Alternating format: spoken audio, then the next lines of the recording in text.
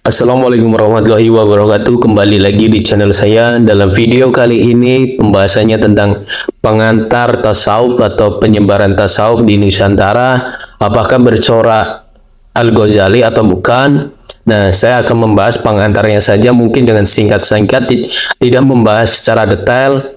Akan tetapi dalam video berikutnya mungkin saya akan membahas secara lebih detail mengenai sejarah perkembangannya di perkembangan tasawuf di Nusantara, baik klasik maupun modern. Islam datang pertama kali di Indonesia melalui jalur perdagangan yang dilakukan oleh para saudagar Arab. Jalan-jalan yang dilalui para saudagar itu adalah melewati jalan laut dari Aden, menyusuri pesisir pantai India Barat dan Selatan. Jalan darat dari Khursan, kemudian melalui hutan Padang, Pasir Khobi, lalu menyeberang ke Suktu, Natsyu, Aton, kemudian menyeberangi Laut Cina Selatan dan memasuki gugusan pulau-pulau Melayu melalui pesisir timur Semenanjung Melayu. Dengan demikian, Islam datang ke gugusan pulau-pulau Melayu melalui Lautan India dan juga Lautan Cina secara langsung dari negeri Arab. Penyebaran Islam di Melayu termasuk di Nusantara diakui oleh sebagian besar ahli menggunakan pendekatan sufistik atau pendekatan sufi atau tasawuf. Mereka berhasil mengislamkan sejumlah penduduk. Faktor utama keberhasilannya adalah kemampuan para sufi yang menyajikan Islam dalam kemasan yang atraktif, khususnya dengan menekankan perubahan dalam praktek keagamaan lokal. Betapa signifikan peran yang dimainkan para sufi dalam proses islamisasi. Bagi Abbas Muhammad Akkad, Kepulauan Indonesia merupakan tempat yang paling layak membuktikan kenyataan bahwa Islam diterima dan berkembang di tengah-tengah penduduk yang menganut agama lain. Di setiap penjuru negeri terdapat bukti nyata betapa keteladanan yang baik berperan dalam penyebaran Islam tanpa menggunakan kekerasan. Masuknya Islam ke Pulau Jawa tidak dapat dilepaskan dari konteks masuknya Islam di Nusantara, yaitu tokoh-tokoh yang dianggap berperan dalam penyebaran Islam di Jawa sering disebut sebagai Wali Songo. Berdirinya kerajaan Islam di Jawa dengan tokoh sentral para wali penyebar Islam tidak dapat dilepaskan dengan kondisi Pasai yang menjadi daerah persinggahan para penyebar Islam dari tanah Arab. Ketika kerajaan Pasai sedang mengalami kemunduran dan Malaka direbut oleh Portugis, muncullah 3 kerajaan yang bertugas mempertahankan panji-panji Islam di gugusan Pulau Melayu. Ketiga negara itu adalah Aceh di Sumatera, bagian utara, Ternate di Maluku, lalu ada Demak di Jawa. Masuknya orang-orang Jawa menjadi penganut Islam menurut cerita rakyat Jawa karena peran dakwah Wali Songo yang sangat tekun dan memahami benar-benar kondisi sosial budaya masyarakat, yaitu khususnya masyarakat Jawa, sehingga mereka mampu berbuat banyak dan menakjubkan. Tampaknya mereka menggunakan pendekatan kultural atau budaya dan edukasional, sehingga sampai kini dapat disaksikan bekas-bekasnya seperti pertunjukan wayang kulit, wayang purba, terus ada pendidikan Islam bermodel pondok pesantren, lalu ada arsitektur masjid dan filosofinya, lalu ada tata ruang pusat pemerintahan, dan sebagainya.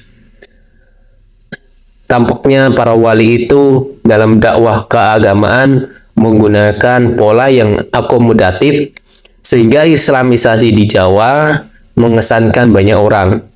Sebagaimana Adjones menyebutkan, awal mula perkembangan Islam di Indonesia dan khususnya di Jawa adalah dalam bentuk yang sudah bercampur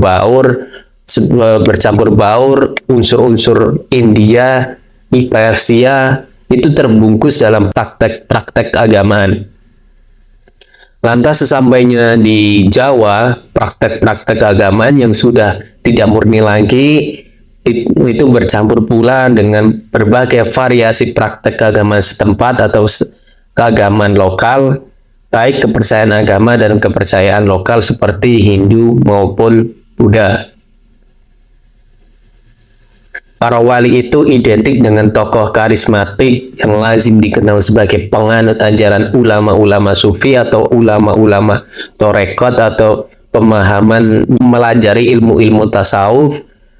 Berperannya para sufi di dalam penyebaran Islam tampak sekali dalam peran menyatukan umat Islam, disinyalir terkait erat dengan kejatuhan Baghdad di tangan bangsa Mongolia pada tahun 1258 Masehi.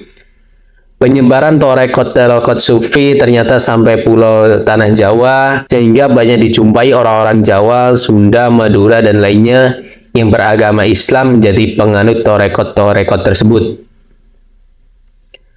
Ajaran tasawuf sudah berkembang pertama kalinya di Aceh pada abad ke-17 Masehi.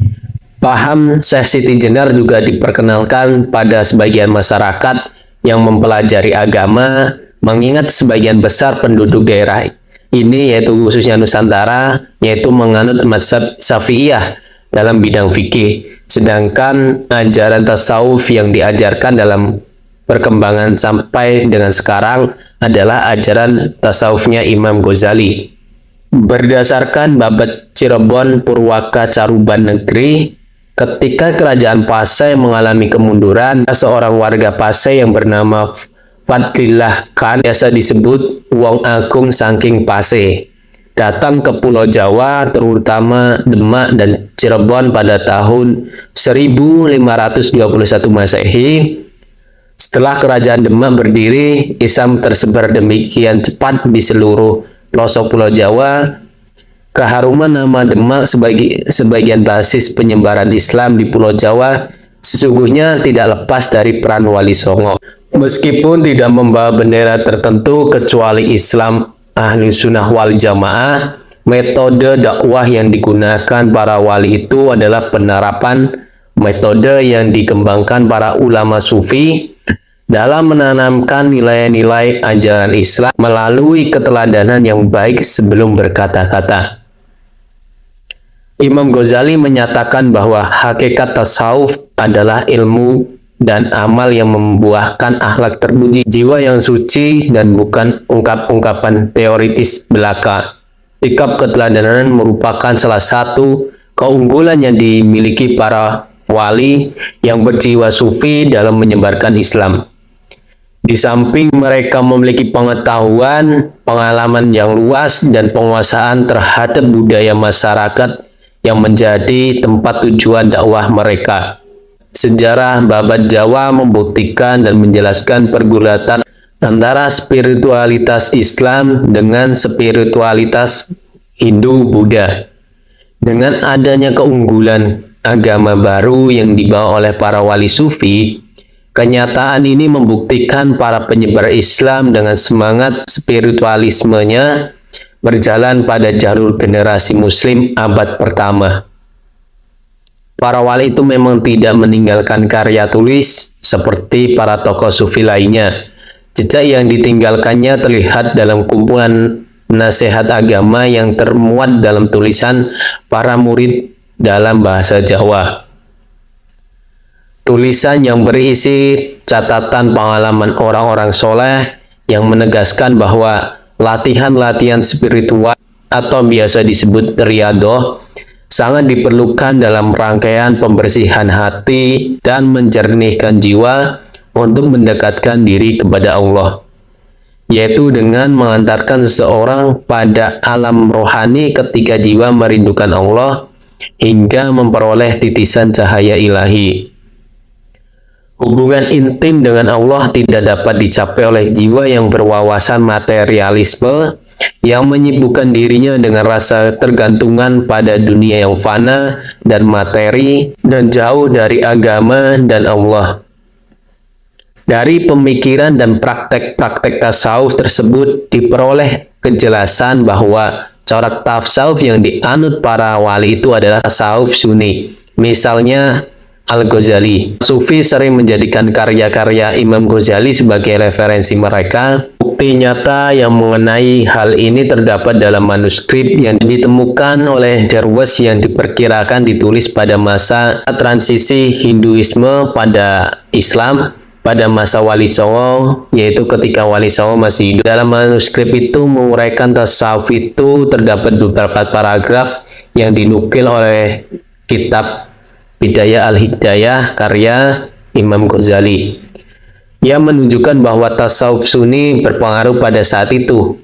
Lebih dari itu, informasi-informasi tertulis mengenai ajaran-ajaran Wali Songo sangat bertentangan dengan pemikiran pateisme. Demikian pula generasi berikutnya yang meriwayatkan diri dari tulisan-tulisan Ibnu Arabi seperti Futuhat Al-Makkiyah. Wali Songo tetap berada dalam jalur nenek moyang mereka yang loyal kepada mazhab Imam Syafi'i dalam aspek syariah dan Al-Ghazali dalam aspek torekot atau tasawuf. Tak heran jika mereka menjadikan Ihya Ulumuddin sebagai sumber inspirasi dalam melakukan dakwahnya. Di samping kitab-kitab Sunni seperti karya Abu Thalib Al-Maliki dan Bidayah Al-Hidayah serta Minhaj Al-Abidin karya Imam Ghazali. Para wali juga berhasil memberikan kontribusi dalam bentuk pesantren dan madrasah yang tersebar di seluruh pelosok tanah air di Nusantara. Sebagian besar menerapkan tasawuf Sunni dengan mengajarkan Ihya Ulumuddin sebagai salah satu materi dasarnya.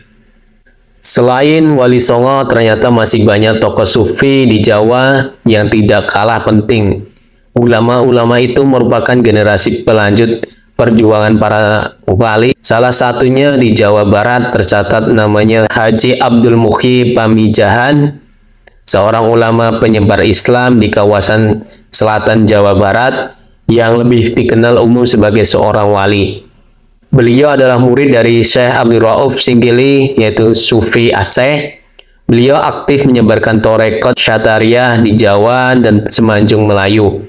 Namun demikian, ia tetap menolak faham wujudiyah yang menganggap adanya penyatuan antara Tuhan dan hamba.